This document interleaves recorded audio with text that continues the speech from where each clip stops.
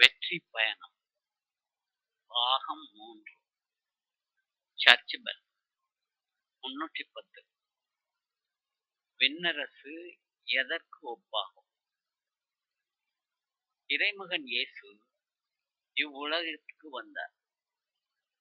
அவர் வாழ்ந்தார், இறந்தார், ஆனால் மீண்டும் உயிர்த்தெழுந்தார். அவர் வாழ்ந்த காலத்தில் எத்தனையோ அற்புதங்களையும் அதிசயங்களையும் யூத மக்கள் மத்தியில் செய்து காட்டினார். அனைவரும் வியப்பில் ஆழ்ந்தனர். கடவுளின் மகன் என்றும் ஒத்துக்கொண்டனர் பலர். அனைத்தையும் திருவிவிலியத்தில் வாசித்து அறிந்து கொள்கிறோம். நாம் சொல்வது போல் திருவிவிலிய கருத்துரு, அதாவது தீம் ஆஃப் பைபிள் என்ன சொல்கிறது என்றால், இயேசுவின் லட்சிய பயணம் அனைவரையும் விண்ணரசுக்கு உரியவர்களாக்குவதுதான். அதை அடைவதற்கு நாம் சர்ச் பெல் 305 விண்ணரசு எப்படி அடைவது என்பதை விளக்கியிருக்கிறோம். விண்ணரசில் எனக்கு இடம் உண்டா என்ற கேள்வியோடு அதனை விளக்கியுள்ளோம். நீங்கள் எங்களுக்கு காட்டி வரும் அனைத்து ஆதரவுக்கும் நன்றியினை தெரிவித்துக் கொள்கிறோம். நீங்கள் லைக் பண்ணீர்களானால் ஷேர் செய்து கமெண்ட் செய்யுங்கள். மற்றவர்களுக்கு சொல்லி ஆர்வமுடன் பார்க்க செய்யுங்கள். சப்ஸ்கிரைப் செய்ய மறவாதீர்கள்.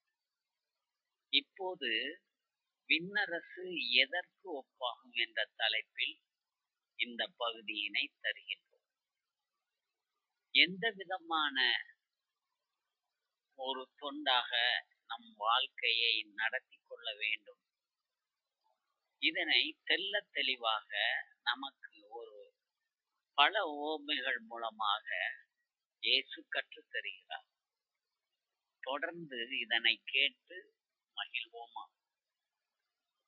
மத்தேயு 13ஆம் அதிகாரத்தில் 44ஆம் இறைவசனம் சொல்கிறது, ஒருவர் நிலத்தில் மறைத்திருந்த புதையல் ஒன்றை கண்டுபிடிக்கிறார். அவர் அதை மூடி மறைத்துவிட்டு மகிழ்ச்சியுடன் போய் தமக்குள்ள யாவற்றையும் விற்று அந்த நிலத்தை வாங்கிக் கொள்கிறார். விண்ணரசு இப்புதையலுக்கு ஒப்பாகும்.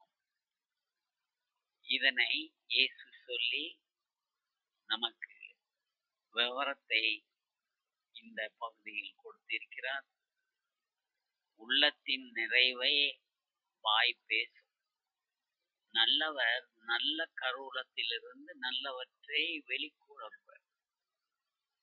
தீயவரோ தீய கருவூலத்திலிருந்து தீயவற்றை வெளிக்கொணர்வர். மனிதர் பேசும் ஒவ்வொரு வீண் வார்த்தைக்கும் தீர்ப்பு நாளில் கணக்கு கொடுக்க வேண்டும் என உங்களுக்கு சொல்கிறேன் என்கிறார். உங்கள் வார்த்தைகளை கொண்டே நீங்கள் குற்றமற்றவர்களாக கருதப்படுவீர்கள். உங்கள் வார்த்தைகளை கொண்டே குற்றமற்றவர்களா என்பதை கண்டுபிடித்துக் கொள்ளலாம். தூய ஆவிக்குரிய கனிகளால் உள்ளத்தை நிரப்பாதவர்கள் அழிவர். தீர்ப்பு நாளில் கணக்கு கொடுக்க வேண்டும். உங்கள் வார்த்தைகளை கொண்டே நீங்கள் குற்றமற்றவர்களாக கருதப்படலாம். உங்கள் வார்த்தைகளை கொண்டே குற்றவாளிகளாகவும் கருதப்படலாம். உலகம் தோன்றும் முதல் மறைந்து இருப்பதையே நான் விளக்குகிறேன் என்று இறைவாக்கினர் உரைத்தது இவ்வாறு நிறைவேறியது. 13 மத்தேயு 13ஆம் அதிகாரம் 34 ஒருவர் கடுகு விதையை எடுத்து தம் வயலில் விதைத்தார். அவ்விதை எல்லா விதைகளையும் விட மிகச் சிறியது. ஆனாலும் அது வளரும் போது மற்றெல்லா செடிகளையும் விட பெரியதாகும். வானத்து பறவைகள் அதன் கிளைகளில் வந்து தங்கும். பெரிய மரமாக நாம் வளருகிறோமா? விண்ணரசு இக்கடுகு ஒப்புவாக, கடுகு விதைக்கு ஒப்பாக கருதப்படுகிறது. அவர்களுக்கு கூறிய வேறு ஒரு உவமை 13ஆம் அதிகாரம் 34.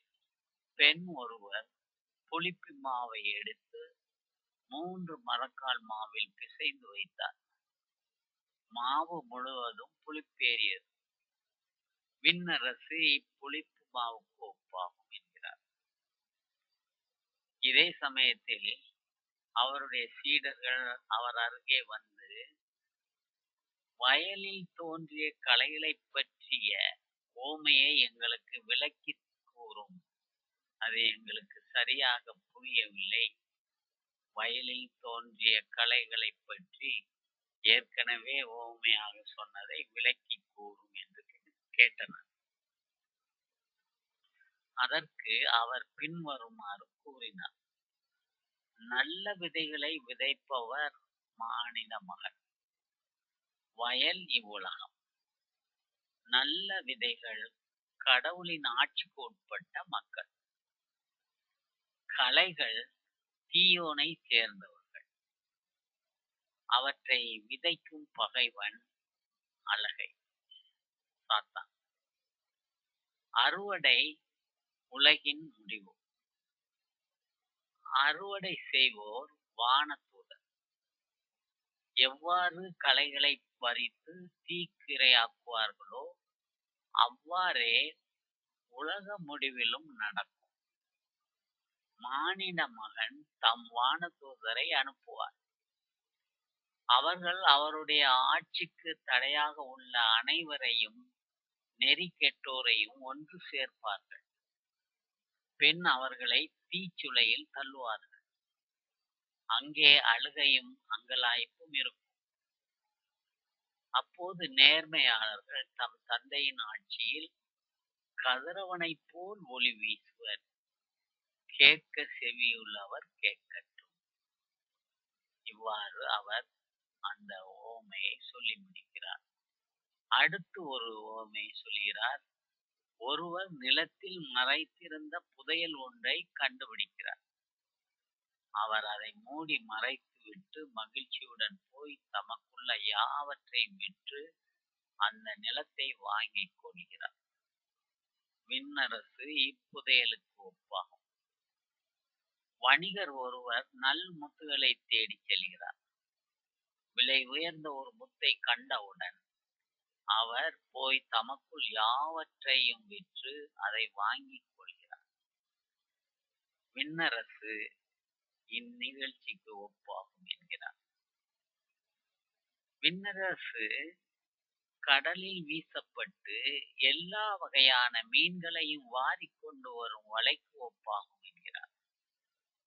வலை நிறைந்ததும் அதை இழுத்துக் கொண்டு போய் கரையில் உட்கார்ந்து நல்லவற்றை கூடைகளில் சேர்ப்பர், கெட்டவற்றை வெளியே எறிவர். இவ்வாறே உலக முடிவிலும் நிகழும். வானதூதர் சென்று நேர்மையாளர்களிடையே இருந்து தீயோரை பிரிப்பர். பின் அவர்களை தீச்சுளையில் தள்ளுவர். அங்கே அழுகையும் அங்கலாய்ப்பும் இருக்கும். இவற்றையெல்லாம் புரிந்து கொண்டீர்களா என்று இயேசு கேட்க அவர்கள் ஆம் என்றார்கள். என்ன அற்புதமான உவமைகள்! நன்றாக கவனமுடன் திரும்ப திரும்ப கேட்டு இதன் செயல்பாடுகளை நாம் முன்னின்று எடுத்து செல்வோம். உலக முடிவில் நம்மை வானதூதர்கள் நேர்மையாளர்களிடையே பிரித்து வைத்து தீயோராகிய மற்றவர்களை பிரிக்க நாம் முன்னதாகவே திட்டம் தீட்டி நடந்து கொள்வோம். இறைவனுடைய ஆசிரையும் அருளையும் பெற்றவர்களாய் வாழ்வோம். நன்றி.